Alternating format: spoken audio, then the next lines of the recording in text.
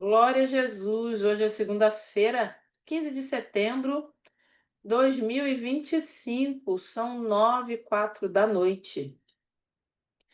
Quero aqui já agradecer você que já conseguiu chegar, dizer que você é muito bem-vindo, agradecer a Deus pela sua vida, pedir que você pegue a sua Bíblia, de preferência que não seja a sua Bíblia no celular, melhor que ela seja física, porque o celular vai tirar sua atenção com toda certeza, vai vir uma notificação, uma mensagem.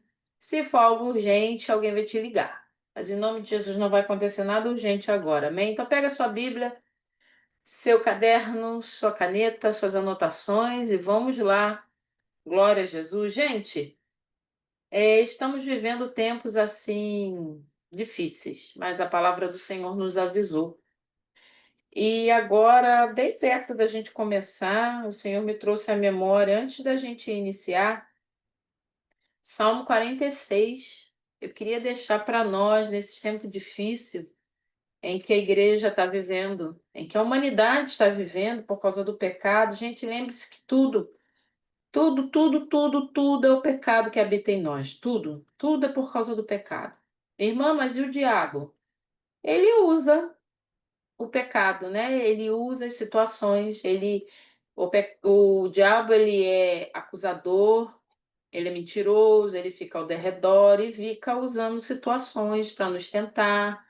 Mas o pecado que habita em nós é que dá espaço para que o diabo trabalhe e use as nossas vidas de alguma forma. Então, é o pecado que habita em nós que faz tudo isso.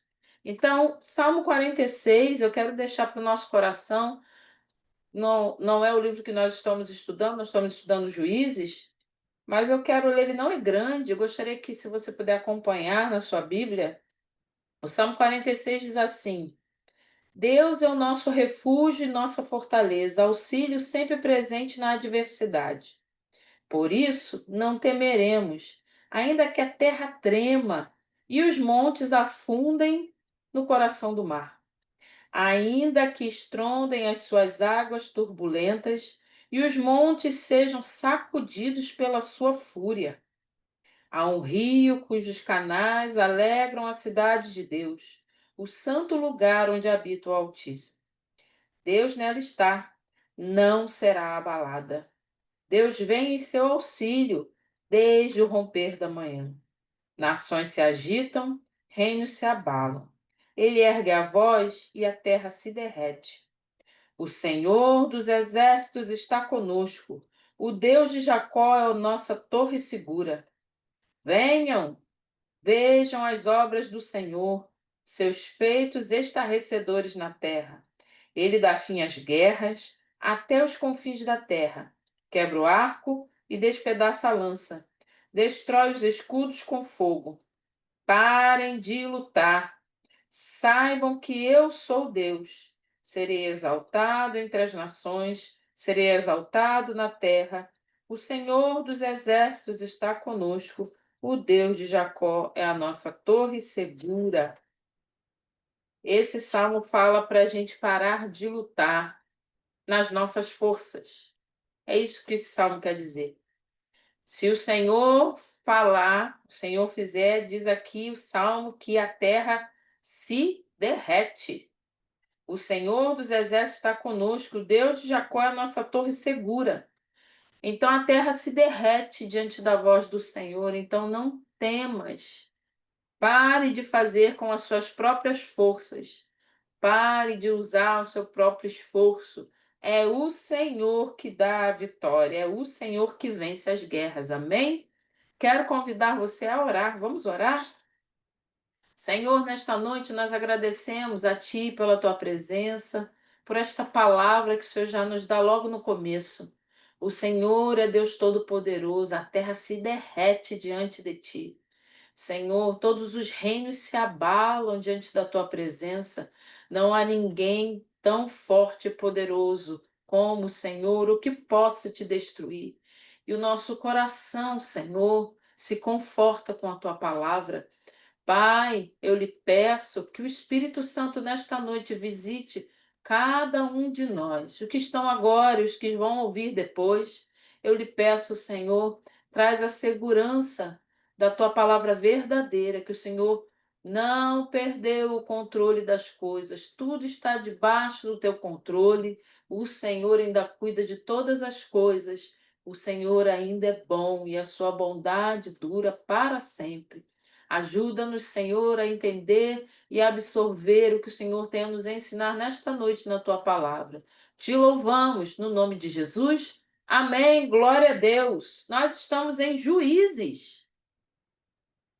Volta lá para Juízes. Nós vamos falar hoje sobre o capítulo 5 de Juízes.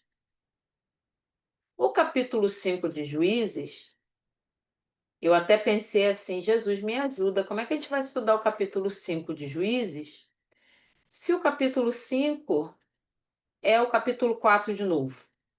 Basicamente, se a gente olhar rápido, a gente vai pensar assim: Juízes 5 é Juízes 4 novamente. Nós, na semana passada, falamos sobre Juízes capítulo 4, falamos sobre a juíza Débora, juíza profetisa, mulher que o Senhor levantou num tempo, né? Ela é um dos juízes. E nós vimos o Senhor dando vitória, usando assim de forma bem diferente. A gente já falou sobre isso, que Juízes é um livro bem diferente, né? Se você quiser entender melhor, eu aconselho você dar uma ida lá no canal do YouTube e assistir da nossa primeira conversa sobre o livro de Juízes. Tem playlist lá bonitinha que fica fácil para você entender sobre o que a gente está falando. Então, para a gente não ficar repetindo o mesmo assunto, você pode voltar lá depois, agora não, depois, e entender sobre o que a gente está falando. O livro de Juízes é um livro bem diferente, vai falar sobre, né, o nome fala, juízes, pessoas que o Senhor levantou em tempos difíceis para serem usados como libertadores a favor de Israel, usados pelo Espírito Santo. No capítulo 4, a gente viu Débora. A gente viu mulheres se sobressaírem nesse capítulo 4. E quando a gente chega aqui no capítulo 5, o título está assim, o Cântico de Débora. Eu pensei, Jesus, a gente vai ver o capítulo 4 novamente, mais ou menos. Vai lá na sua Bíblia. Juízes capítulo 5 diz assim, naquele dia, Débora e Baraque, filho de Abinoão, entoaram este cântico. Consagrem-se para a guerra os chefes de Israel. Voluntariamente o povo se apresenta, louvem o Senhor. Ouçam, ó reis, governantes, escutem. Cantarei ao Senhor, cantarei. Comporei músicas ao Senhor, o Deus de Israel. Ó Senhor, quando saíste de Seir, quando marchaste desde os campos de Edom, a terra estremeceu, os céus gotejaram, as nuvens despejaram água. Os montes tremeram perante o Senhor, o Deus do Sinai, perante o Senhor, o Deus de Israel. Nos dias de Sangar, filho de Anate, nos dias de Jael, as estradas estavam desertas. Os que viajavam seguiam caminhos tortuosos. Já tinham desistido, os camponeses de Israel já tinham desistido, até que eu, Débora, me levantei. Levantou-se uma mãe em Israel. Quando escolheram novos deuses, a guerra chegou às portas, e não se via um só escudo ou lança entre 40.000 de Israel. Meu coração está com os comandantes de Israel, com os voluntários dentre o povo, louvem o Senhor. Vocês que cavalgam em brancos jumentos, que se assentam em ricos tapetes, que caminham pela estrada, considerem. Mais alto que a voz dos que distribuem água, junto aos bebedouros, recitem-se os justos feitos do Senhor, os justos feitos em favor dos camponeses de Israel. Então o povo do Senhor desceu às portas. Desperte, Débora, desperte, desperte, desperte, e rompem cânticos. Levante-se, Baraque, leve presos os seus prisioneiros, ó filho de Abinoão. Até o 12 por enquanto. O capítulo 5 de Juízes, ele vai recontar o capítulo 4. Mas de que forma? Em forma de poesia. A Bíblia tem poesia. A gente acabou de ler agora Salmos, né? Salmos é um livro muito poético, tem louvores em Salmos, tem poesias, tem muita coisa na Bíblia. A Bíblia tem contos, a Bíblia tem arte, tem beleza, tem contemplação, a Bíblia tem tudo de belo, mas a Bíblia também não esconde os problemas da humanidade. Não se esqueça disso. Por quê? A gente vai ver aqui que no Cântico de Débora, a gente viu aqui no primeiro versículo, falou assim, ó, naquele dia Débora e Balaque, filho de Abinoão, entoaram este cântico. Então a gente está vendo que foi Débora e Balaque. Baraque, né? Baraque com R. Baraque. Eles começaram então a um cântico. Então, depois da vitória, eles fizeram um cântico, uma poesia e começaram a exaltar o nome do Senhor por causa da vitória que eles receberam de Deus. Então, quando você lê o capítulo 5, você vai perceber que a história está sendo recontada, mas existem alguns detalhes que não foram falados no capítulo 4, por exemplo. Você prestar. Você não lê chutado, batido, como a gente fala, a gente lê rápido assim, né? Você vai perceber que existem detalhes no capítulo 5 que não foram ditos no capítulo 4. Então a gente vai conseguir perceber alguns diferenciais. Minha irmã, por que não foi dito no capítulo 4? A gente sabe que a Bíblia não dá todos os detalhes de todas as situações. E existem situações que são contadas que também não são ditos todos os detalhes do que aconteceu.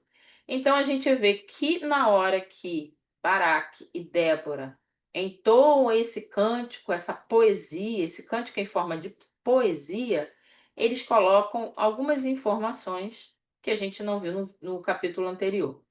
Então, Débora, em Juízes 5, reconta o relato da vitória dos israelitas sobre Cícera, em forma poética. Quem é Cícera? Era o comandante militar, parece nome feminino, né? Mas é um nome masculino. Ele era o comandante militar. Débora era juíza e ela usada por Deus, e o Senhor dá a vitória aos israelitas que estavam sendo oprimidos por, por um, por um outro povo, tá? Por outras pessoas. O relato começa atribuindo o cântico a Débora e Baraque, quando Deus intervém de maneira decisiva na vida de seu povo. A resposta deles é cantar louvores ao Senhor. Então, quando Deus vem de uma forma extraordinária na nossa vida, de uma forma decisiva, tira a gente de. Nos livra da morte, dá uma solução de algo que não tinha solução. Seja lá o que for que vier na sua mente, sei lá, tenta trazer talvez algo na sua mente. O que que a gente faz? O servo do Senhor, aquele que é filho do Altíssimo, o que que ele deve fazer? Cantar louvores ao Senhor, entoar cânticos ao Senhor. A música, o louvor, foi criado pelo nosso Deus. Não tema adorar o Senhor. As artes foram criadas por Deus. Está deteriorada pelo pecado? Sim, mas o louvor é uma arte, a música é uma arte, a poesia é uma arte. Está contaminado pelo pecado, a gente vê umas coisas bem esquisitas por aí. Mas lembra que a gente comentou no começo? Pecado que habita em nós. Esse é o problema, tá? É o pecado que habita em todos nós. Então, o povo exalta o Senhor, canta louvores ao Senhor. Logo depois, tem uma exaltação a Deus típica de salmos de vitória. O que é isso? Se você for estudar, por exemplo, o livro de Salmos, Salmos tem vários tipos de salmos. Tem salmos de cântico de vitória, tem salmos imprecatórios, tem salmos de adoração, tem eles são separados de estilos. Também é arte, é uma poesia, são louvores, são cânticos, são músicas que eu não sei o ritmo da música. Eu acho que nós não sabemos os ritmos que eram tocados, mas a maioria eram músicas, mas outros não, outros eram apenas poesias. Então, esse que nós estamos vendo aqui, esse capítulo 5 A gente pode dizer que ele se parece um pouco, vamos imaginar que ele pudesse ser um capítulo do livro de Salmos, porque ele se parece muito com o estilo de alguns salmos da Bíblia, tá? Ah, onde é que eu estava? Vamos ver aqui. Em seguida, uma exaltação a Deus típica do livro de Salmos, né? Dos Salmos de Vitória, que inclui Deus marchando com um exército, tremores de terra e chuva na presença do Senhor, o Deus de Israel. O que que acontece aqui, ó? Vai lá no capítulo 5 de Juízes, o versículo 4 fala assim, ó: Ó Senhor, quando saíste de Seir, quando marchaste desde os campos de Edom, a terra estremeceu, os céus gotejaram, as nuvens despejaram água. Você vê que tem um tom poético para contar a história. Quer dizer que Deus desceu do céu, se misturou ali com o povo de Israel, com os israelitas, e começou a marchar como uma pessoa? Não, não é isso. Mas o que que Débora e Baraque estão dizendo aqui? Que o Senhor interveio de uma forma muito pessoal, muito forte, porque ele levanta Débora como juíza. Então, ela coloca como se Deus tivesse vindo. É uma mentira que está na Bíblia? Não. É uma adoração, é um louvor. Existem pessoas, às vezes, que falam assim: "Não, mas não, Deus desceu e não marchou no meio do povo, então a Bíblia está mentindo." Não, aqui é um cântico, é uma adoração. É quando nós é, por exemplo, louvamos ao Senhor ou oramos e fala, minha alma se derrama diante do Senhor. Ninguém pega a alma dentro de um copo e derrama a alma, né? Isso é uma figurativo, é simbólico, é para colocar uma força nessa expressão, uma expressão forte que a gente quer deixar claro do que está acontecendo. Então, o que que eles estão dizendo aqui? Que o Senhor interveio de uma forma tão poderosa que é como se ele estivesse marchando com o povo. E claro, se Deus vem, a terra estremece. Chove, o céu goteja. O céu gotejando. Não deixa de ser, né? Caem gotas das nuvens do céu. Não deixa de ser o céu gotejando. Então, uma forma poética, linda de falar da vitória e de como Deus interveio. A chuva impede o avanço das carruagens de Cícera. Retrata também o Senhor. E não Baal como o verdadeiro, gente, eu digitei aqui, verdadeiro, mas é verdadeiro, tá? É digitação. E não Baal como verdadeiro Deus da tempestade, somente o Senhor controla os elementos cósmicos. Então, nessa parte aí, do versículo 4 que você leu aí, volta lá, fala assim, ó. Ó Senhor, quando saíste de Seir, quando marchaste desde os campos de Edom, a terra estremeceu e os céus gotejaram, as nuvens despejaram água. Além de ter uma forma de intensidade poética, o que os autores estão falando aqui? Lembra que a gente comentou que Baal, ele era conhecido como Deus da tempestade, Deus da natureza, da agricultura? O que está acontecendo aqui? Afrontando diretamente o Deus inimigo, que a gente sabe que não existe. Outro Deus além do nosso Deus. Mas o que está dizendo? Não é Baal que é o verdadeiro Deus, não é Baal que faz chover, não é Baal que controla a terra, que controla a natureza. Quem controla a natureza é Deus. Quem controla os elementos cósmicos da terra, de todo o universo, é Deus. Então Baal não consegue nada. A opressão a Israel é descrita em termos de caminhos desolados e guerreiros desaparecidos.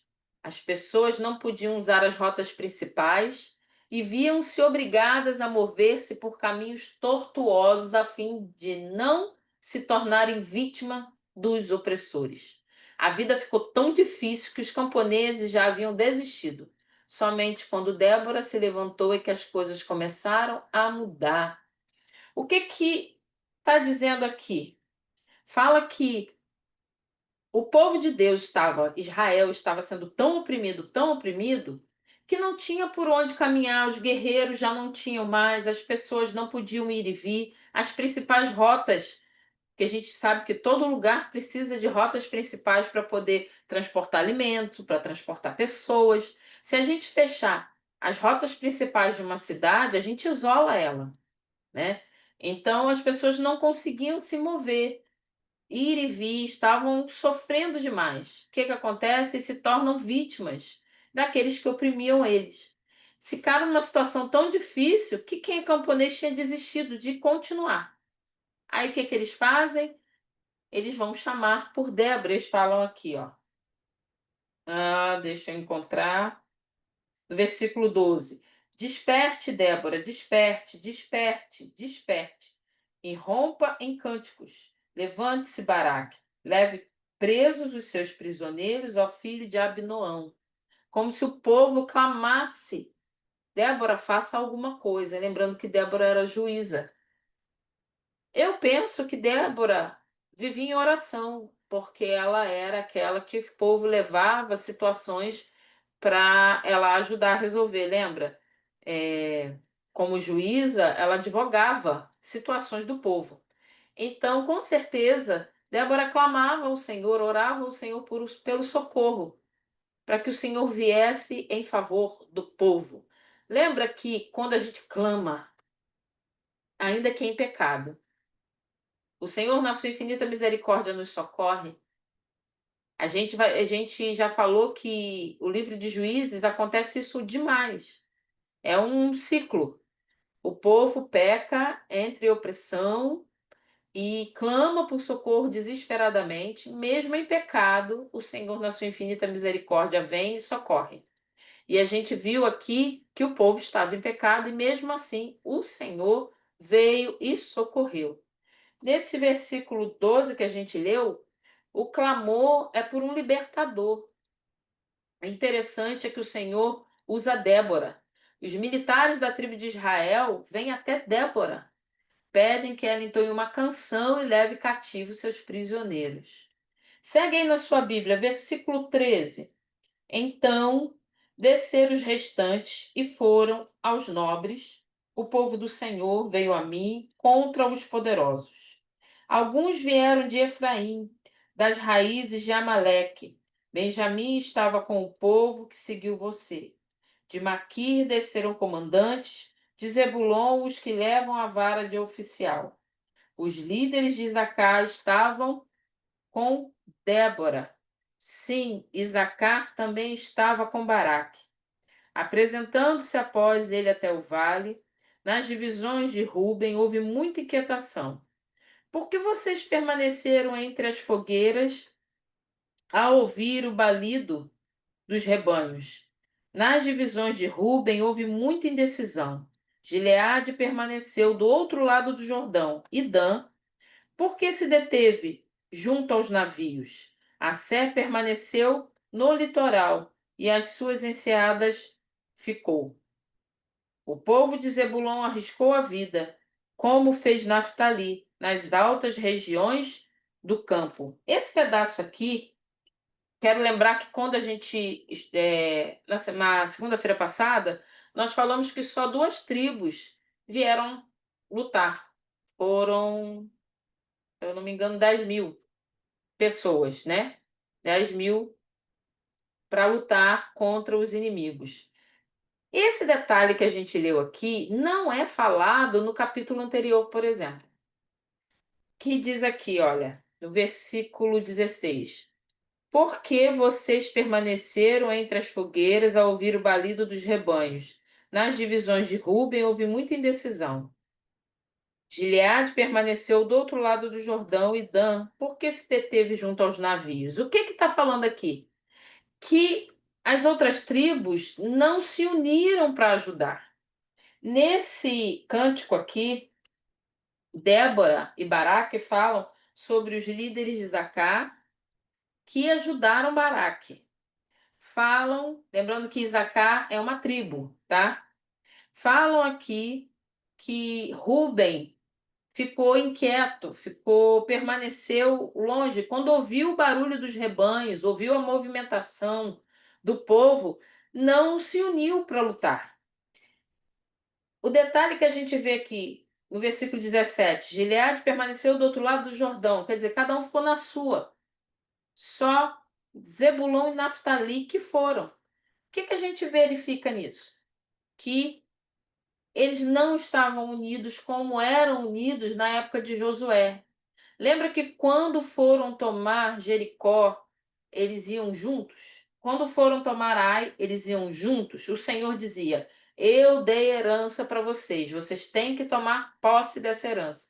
Mas eles não podiam, não estavam sozinhos, eles tinham que estar juntos. Aqui a gente não vê unidade. Isso é um problema. A gente vai ver que essa falta de unidade vai aumentar. Essa divisão vai piorar de uma tal forma que lá no final de Juízes a gente vai ver uma guerra civil. Então, eles se afastaram de Deus, eles não tinham tecnologia militar da época para lutar, e também não tinham identidade como nação. O que que é uma identidade como nação? É a nação, o povo da nação se unir por um único propósito, em defender a sua nação. Eles não tinham essa identidade ainda. Não estavam entendendo que eles precisavam estar juntos. Mas ainda assim, o Senhor, na sua misericórdia, ouviu o clamor e deu a vitória. Então, esse, por exemplo, é um detalhe que a gente não viu lá no capítulo 4. O capítulo 4 não diz que as outras tribos se encolheram, né? Vamos dizer assim, não se uniram para ajudar. Eles não falam sobre isso. Vai lá, segue na sua Bíblia. Juízes 5:19. Vieram reis e lutaram. Os reis de Canaã lutaram em Taanaque, junto às águas do Megido, mas não levaram prata alguma, despojo algum. Desde o céu lutaram as estrelas, desde as suas órbitas lutaram contra Cícera. O rio Quizon os levou, o antigo rio, o rio Quizon. Avante, minha alma, seja forte. Os cascos dos cavalos faziam tremer o chão. Galopavam, galopavam os seus poderosos cavalos. Amaldiçoe Meróis, disse o anjo do Senhor. Amaldiçoe o povo, pois não vieram ajudar o Senhor. Ajudar o Senhor contra os poderosos. Que Jael seja a mais bonita das mulheres. Jael, mulher de Éber, o queneu. Seja ela bendita entre as mulheres que habitam em tendas. Vamos até aqui o 24. Se a gente vê aqui que no decorrer da poesia, vai contando a história, o negócio vai mudando. A gente viu aqui que Débora começa a dizer, fala aqui que as tribos não se uniram para lutar juntos a favor do Senhor nessa empreitada de vencer o inimigo. Quando a gente vê aqui, fala que vieram reis que lutaram e vieram povos de Canaã. Falam das águas do Megido, e vai descrevendo para a gente no versículo 20: Desde o céu lutaram as estrelas, e desde as suas órbitas lutaram contra Cícera. Cícera, comandante do exército, lembra? Do exército inimigo. As estrelas não desceram, saíram da órbita lá e vieram lutar. Isso aí é tom poético, tá? O rio Quizon os levou, o antigo rio, o rio Quizon. Esse rio aqui, pelo que eu vi, ele era um rio que ele era um rio pequeno. E lembra que a gente viu no começo que fala que choveu? No capítulo 4 não fala de chuva. Aqui no capítulo 5 fala de chuva. Diz que veio uma chuva. Essa chuva fez com que esse rio que era pequeno transbordasse e atrapalhasse os carros e cavalos do exército de Cícera. Então, o que que mostra aqui, em tom poético? Minha irmã, mas para que está dizendo então que as estrelas e tal vieram lutar se não vieram? Está mostrando que nenhum rei da terra pode contra o poder de Deus. Deus, ele controla as estrelas do céu, ele controla o cosmos. Então, assim, reis da terra não podem contra Deus. A intervenção divina aconteceu aqui que na hora que eles precisavam, houve uma tempestade que fez com que esse rio Quizon transbordasse. Ele era um rio geralmente menor do que um pouquinho maior, menor não, um pouco maior que o riacho, e aconteceu uma corrente violenta que tornou os carros e cavalos de Cícera inúteis. Então, Deus ele intervém na história. Ele entra ali na história. Ele não simplesmente dá força a quem está lutando, dá inteligência ao estrategista de guerra, que no caso ali, né, poderia ser Baraque, dá revelações do alto à profetisa Débora e juíza, mas ele usa a própria natureza a favor do povo de Deus. Por que que ele faz isso? Porque ele pode, ele controla todas as coisas. Irmã, mas por que que o Senhor coloca isso? Por que que isso é importante para mim? Traz à nossa memória que quando as nossas mãos não vão, o nosso braço não vai até onde precisava ir, a nossa oração parece não ter resultado, a gente jejua e parece que nada está acontecendo, que não há dinheiro que chegue, não há trabalho que baste, a saúde está debilitada, seja o que for, Deus, ele intervém. Ele pode intervir. E ele ainda intervém nos dias de hoje. O Deus que fez um riacho, um pouco maior que um riacho, transbordar para destruir os carros do inimigo, é o mesmo Deus ainda hoje. Quem mudou? Somos nós, ele não muda. Segue aí na sua Bíblia. Versículo 24.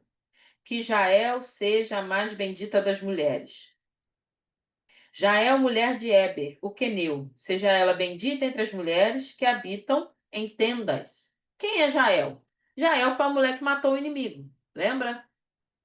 Ela pega uma estaca da tenda e finca na fronte de Cícera, que atravessa do outro lado e enterra no chão. A força daquela mulher, fora de série, né? Vamos ver. Força, tem muita força. Aqui está exaltando Jael, dizendo que ela é mais bendita entre as mulheres. Mas lembrando que o livro de Juízes é um livro muito diferente. Ele coloca diante de nós a violência humana. E eu acredito que não está sendo, não poderia ser tão, tão pontual falar de um livro que fala sobre o pecado da violência nos dias de hoje, aonde até quem deve trazer a paz, se acha no direito de trazer a violência. E a gente vê que no livro de Juízes, o Senhor não esconde isso. É porque está explícito na Bíblia que o Senhor pegou e assinou embaixo. Tá ok, pode fazer? A gente já viu que não. Então por que está na Bíblia? Para mostrar e nos ensinar alguma coisa. Para nos mostrar que o ser humano é ser humano. Para mostrar que mesmo sendo povo de Deus, se a gente não vigiar, nós somos violentos, para mostrar que é o Senhor que dá a vitória e não as nossas mãos. Apesar de Jael ter sido usado num ato violento que foi necessário naqueles dias, e aqui diz que ela é uma mulher, no 24, diz assim, ó, seja ela bendita entre as mulheres. Uau! Bendita entre as mulheres que nós lembramos. Quem é bendita entre as mulheres, que é chamada de bendita entre as mulheres no Novo Testamento? Quem é chamada? Bendita és tu entre as mulheres. Maria, mãe de Jesus. Bendito és tu entre as mulheres, é tu entre as mulheres e bendito é o fruto do teu ventre. A Bíblia, o Antigo Testamento, ele começa a mostrar, é um Deus que ele resolve se revelar. Nós precisamos entender que Deus decidiu se revelar. Ele poderia não se revelar. Mas lembra que a nossa mente ela é limitada, porque se a gente conseguir entender tudo que Deus pensa, quem que é Deus na história, né? Ele ou eu? Então ele vai se revelando. Por que que quando nós lemos o livro, o Antigo Testamento, a gente vê tanta diferença para o Novo Testamento? Porque é um Deus que foi se revelando. Um exemplo, você quando era criança, você tinha uma visão dos seus pais. Você entendia seus pais de uma forma, os adultos de uma forma. Hoje que você já é adulto, que o tempo se passou, seu entendimento mudou, a revelação que você tem deles é diferente, é muito maior. Com certeza, quando você era criança, você olhava algo assim de uns 5, 6 degraus, ou degraus. Ok, vocês corrijam o português aí. De repente a gente olhava aquilo ali e achava aquilo, nossa, é muito alto, vou pular lá de cima e eu sou o cara, ou eu consigo voar, porque é a visão de uma criança. Hoje, com a visão de adulto, a gente olha 5, 6 degraus, são 5, 6 degraus. É exatamente o que acontece na nossa maturidade caminhando com Cristo e o próprio Deus se revelando na humanidade. Então, a revelação inicia-se no Gênesis, no Antigo Testamento. E aqui a gente vê que eles falam que Jael é bendita entre as mulheres. Bendita é aquela entre as mulheres que vivem em tendas. Por quê? Porque ela vivia em tenda e pegou lá a estaca de uma tenda, lembra? Mas nós entendemos que mais do que isso hoje, bendita entre as mulheres foi Maria, que se submeteu, disse: seja feita a vontade do Senhor. Teve que fugir para proteger o seu filho, fugir para não ser morta. Ela e José, protegendo a família, se arriscou em ser humilhada, em ser apedrejada. José recebeu e não a desonrou. Isso é posição de quem serve ao Senhor. Jael aqui está sendo exaltada por um ato de violência. Minha irmã, por que que Deus colocou isso aí? Porque foi o que aconteceu. As pessoas estavam exaltando ela como um ato de violência. Nós hoje exaltamos pessoas que fazem atos de violência? Não. Porque nós temos uma revelação completa na Bíblia daquilo que o Senhor decidiu nos revelar. Temos a revelação completa de Deus? Óbvio que não, mas temos uma revelação muito maior. Já temos a revelação até do que ainda está para acontecer. Então é preciso a gente ler com entendimento, para não achar que a gente pode sair daí com uma estaca na mão e um martelo na outra, resolvendo o problema na própria força. A gente não pode fazer isso. Ah, mas aqui está exaltando, dizendo que ela era. Lembra? A revelação. Deus vai se revelar progressivamente, aos poucos. Tá bom? Vamos lá. Versículo 25. Ela pediu água. Não, ele pediu água e ela lhe deu leite. Numa tigela digna de príncipes, trouxe-lhe coalhada. Ela estendeu a mão e apanhou a estaca da tenda, e com a mão direita o martelo do trabalhador. Golpeou Cícera, esmigalhou sua cabeça, esmagou e transpassou suas têmporas. Aos seus pés ele se curvou, caiu e ali ficou prostrado. Aos seus pés ele se curvou e caiu. Onde caiu, ali ficou, morto. Pela janela. Vamos até aqui, até o 27. Rapidinho, daqui a pouco a gente lê o 28. Então a gente viu aqui, que a gente lê isso aqui e fala assim, meu Deus do céu, mas um negócio desse na Bíblia. Tá falando que esmagou a cabeça do cara, que esmigalhou sua cabeça, esmagou e transpassou suas têmporas. Então, se a gente estivesse escrevendo, a gente não ia colocar esse negócio aqui, né? Eu pelo menos, eu acho que eu ia tirar. Não precisa botar que esmagou, não. Diz só que matou. Lembra, nosso Deus não esconde. Ele não vai esconder pecado, ele não vai esconder atos errados, ele não vai esconder. Foi exatamente o que foi feito, é exatamente o que vai estar escrito. 28. Pela janela olhava a mãe de Cícera. Atrás da grade ela exclamava: por que o seu carro se demora tanto? Por que custa chegar o ruído de seus carros? As mais sábias das suas damas respondiam, e ela continuava falando consigo mesma: estarão achando e repartindo os despojos? Uma ou duas moças para cada homem, roupas coloridas como despojo para Cícera, roupas coloridas e bordadas, tecidos bordados para o meu pescoço, tudo isso como despojo? Assim pereceram todos os teus inimigos, ó Senhor. Mas os que te amam sejam como o sol, quando se levanta na sua força. E a terra teve paz durante 40 anos.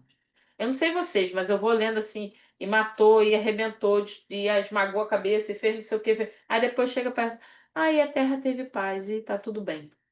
Lembra que o Senhor usou pessoas para escrever, tá? O que a gente vê aqui do versículo 28 até o 30 é um negócio bem estranho. Se você não percebeu, ou talvez você percebeu, tem um tom de deboche e de zombaria cruel aqui. Versículo 28. Pela janela olhava a mãe de Cícera atrás da grade, ela exclamava: Por que o seu carro se demora tanto? Porque custa chegar o ruído de seus carros. Está havendo uma zombaria cruel e impiedosa diante da mãe do chefe militar, de Cícera. O Senhor assina embaixo sobre isso? Não.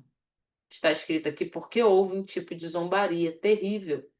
E a gente vê aqui que ficaram zombando e ainda fala que ele está custando a chegar. Por que que ele demora a chegar? Aí, como era a mãe de um chefe militar, ela tinha servas. E aqui diz que as servas eram sábias, só que elas não estavam sendo tão sábias assim. Elas respondem assim: ele deve estar repartindo os despojos. Se você continuar aqui, você vai ver que no versículo 30 diz que faz parte dos despojos mulheres. Fala assim, ó, uma ou duas moças para cada homem. O que é despojos? Quando se vencia uma guerra, um povo atacou o outro, ou se defendeu, o que for, estão lá, guerreando. Quem ganhou pode ficar com a propriedade, com as posses de quem perder, tá? Inclusive mulheres e crianças. Era desse jeito que funcionava. Nós hoje entendemos que isso é correto? Não. Vamos ser claros mais uma vez. Então, o que nessa poesia? Porque poesia não é só o que é bonito, não, tá, gente? Poesia é uma forma de escrever. É um estilo literário. É um estilo de escrita. Muitas vezes a gente fala assim, poesia é só que fala coisas. Um rapaz está falando poesia para a menina ou a menina. Não é só o que é bonito, é um estilo literário, uma forma de escrever. Nessa poesia aqui, a gente vê que eles falam que a mãe de Cícera estava pensando assim: nossa, está demorando muito porque tem muitas mulheres, muitos despojos, muitas coisas que eles conquistaram que precisam ser divididas, inclusive uma ou duas moças para cada homem, roupas coloridas como despojo para Cícera. Lembrando que naquela época botar cor e roupa era algo muito caro, tá? Não era qualquer um que tinha roupa colorida na época, não. É igual hoje, né? Que a gente tem facilidade para cores. Versículo. Ainda fala assim: roupas coloridas e bordadas. Tecidos bordados para o meu pescoço, a mãe dele falando. Tudo isso como despojo. Então ela está ali esperando seu filho voltar e ele não vai voltar. E por mais estranho que pareça, ela está achando que vai ter. Que estão dividindo as mulheres lá, separando as mulheres. Na realidade, o filho dela foi morto nas mãos de uma mulher. Parece irônico se não fosse tão trágico, né? Mas é o que acontece aqui. O que vai acontecer? O poema termina expressando os verdadeiros sentimentos resultantes de se saber oprimido, explorado e atropelado por outro. Senhor, que todos os teus inimigos assim sejam destruídos. Aonde está isso? Versículo 31. Assim pereçam todos os teus inimigos, ó Senhor, mas os que te amam sejam como o sol, que se levantam na sua força. Está dizendo assim: todos os seus inimigos sejam destruídos. O que eu quero trazer para a gente aqui, já quase encerrando? Que mesmo no momento de adoração, de louvor, quando a gente recebe uma vitória, quando Deus nos dá um milagre, muitas vezes, se não quase todas, a gente mistura o nosso egoísmo, nosso orgulho, nosso deboche, nossa impiedade no meio da adoração.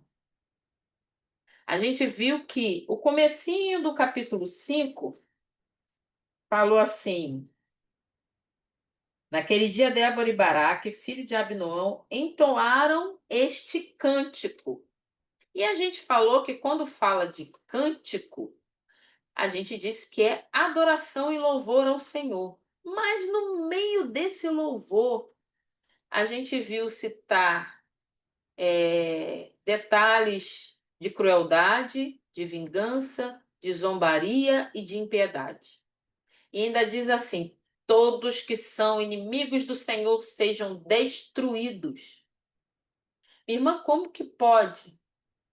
Porque nós, se não estivermos guiados pelo Espírito Santo, é exatamente esse sentimento que nós temos no nosso coração. Sentimento de vingança, de fui vingado, bem feito, ainda bem que isso aconteceu.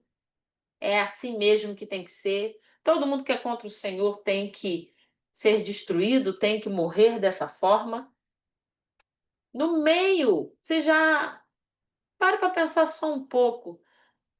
Se por algumas vezes no meio da sua adoração, no momento em que você foi livrado de uma situação terrível, no meio daquele momento em que você estava adorando, que você estava louvando,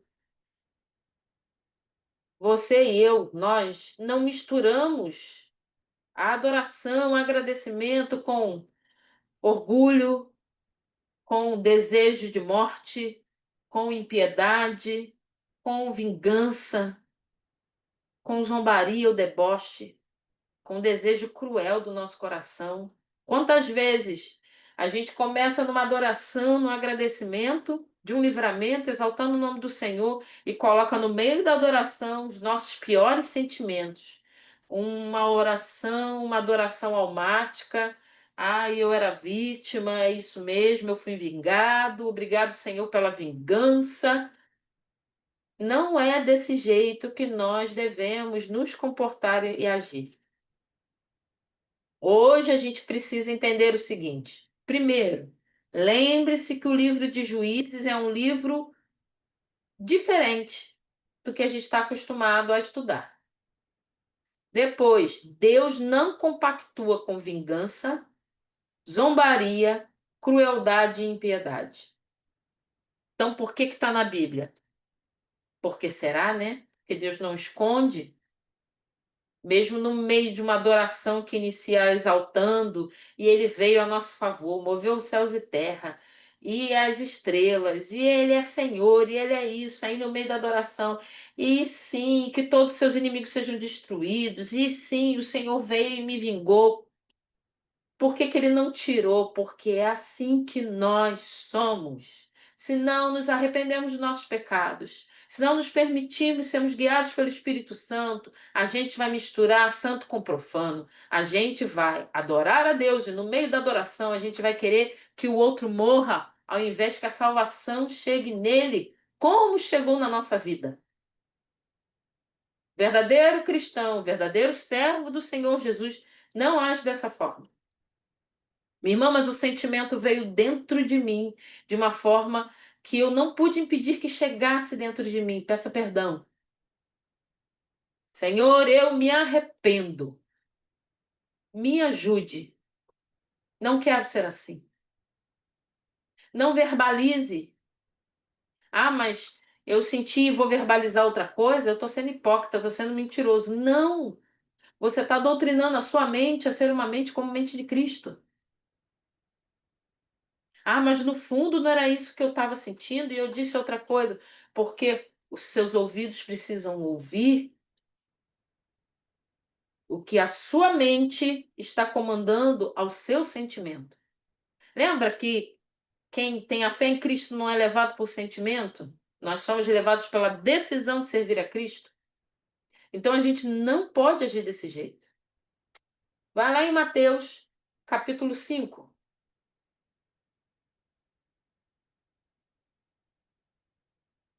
Em contrapartida dessa violência toda que a gente tem visto, e nos últimos dias, em contrapartida do que a gente tem visto até aqui no livro de Juízes, né? Não só nos últimos dias, antes da gente concluir, eu quero ler com você quanto você abre aí. É fácil de encontrar, Mateus capítulo 5. Amém?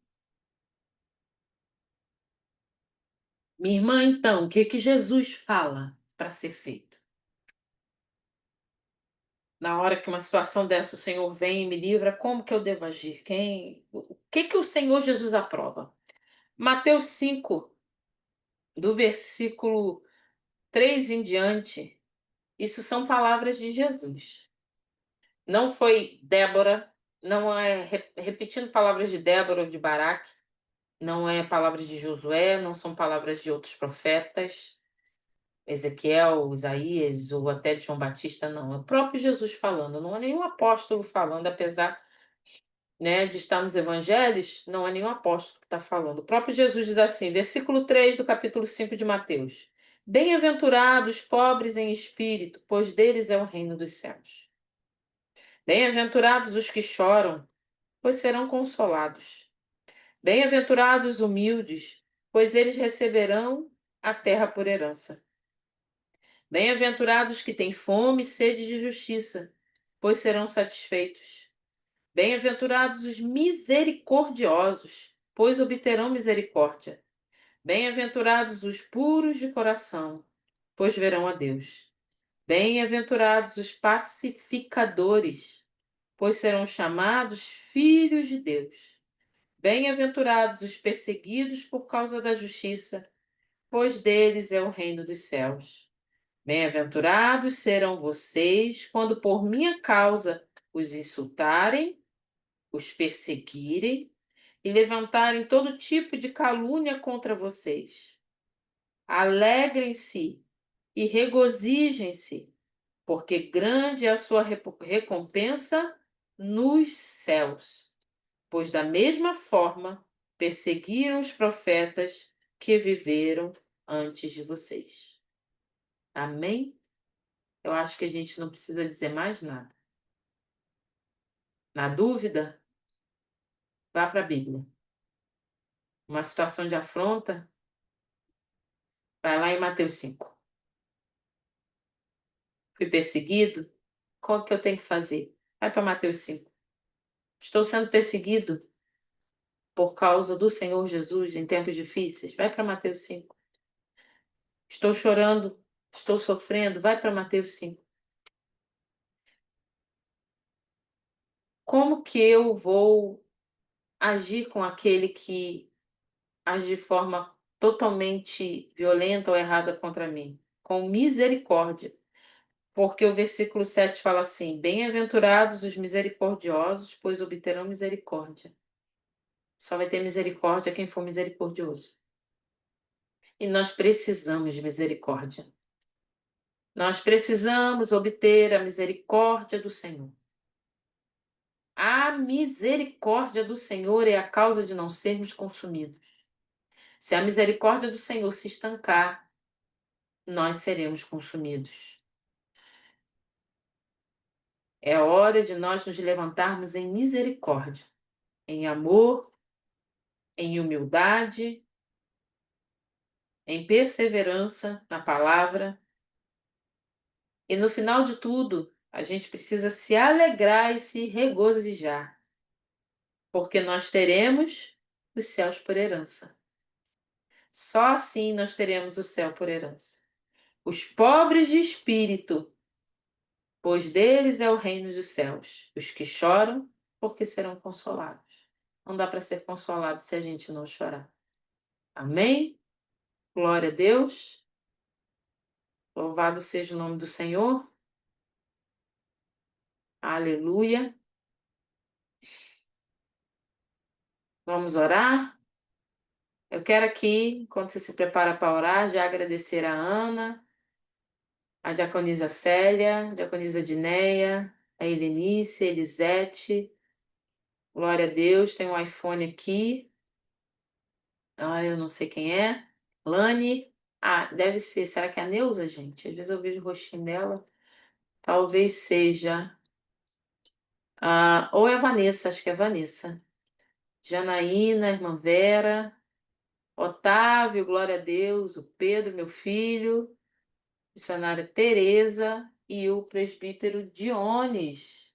Glória a Deus, vamos orar. Você pode orar, presbítero, por favor? Vai, chega aqui pertinho que dá para ouvir. Ouviram tanto a minha voz, você não precisa aparecer. Bem? Ora aqui pertinho do microfone. Bem? Pai Todo-Poderoso, queremos render graças a Ti, Senhor meu Deus, e agradecer a Ti por esse momento, Senhor meu Deus, de aprendizado da Tua palavra, Senhor meu Deus, que cada texto que está, cada palavra, tudo aquilo, Senhor meu Deus, que o Senhor ensinaste, Senhor meu Deus, a nós nessa noite, por intermédio da Tua filha, Pai querido, venha ficar gravado na nossa mente, no nosso coração, para que a gente possa levar em prática, Senhor meu Deus, tudo aquilo que está escrito na tua palavra, Pai Glória a querido. Te Deus. agradecemos, Senhor, meu Deus, por essa noite. Que o Senhor venha nos abençoar cada vez mais e mais, Pai amado, abençoar a tua filha que tem se disponibilizado com tanto amor, com tanta dedicação, Senhor meu Deus, a nos ensinar, Pai querido, a nos alertar, Senhor meu Deus, com todos os acontecimentos que está acontecendo, Pai amado, dentro da tua palavra, Senhor. Fortalece-nos, Senhor meu Deus, cada vez mais e mais na tua palavra, para que a gente jamais venha nos desviar, nem para a direita, nem para a esquerda, mas que nós venhamos permanecer, Senhor meu Deus, firmes na tua presença e continuar caminhando, Senhor meu Deus, para o alvo que és tu, ó Senhor, o Cristo. Senhor meu Deus, toma a nossa vida nas suas mãos, entregamos, Senhor meu Deus, tudo a ti e te agradecemos por tudo, Pai. Amém. Amém. Glória a Deus, gente. Muito obrigada. Deus abençoe. Tenham uma semana de bênçãos. Acho que caiu aqui. Ou ainda está aberto? Tá aberto. Tenha uma semana de bênção. Deus abençoe vocês e renove suas forças. Até segunda-feira.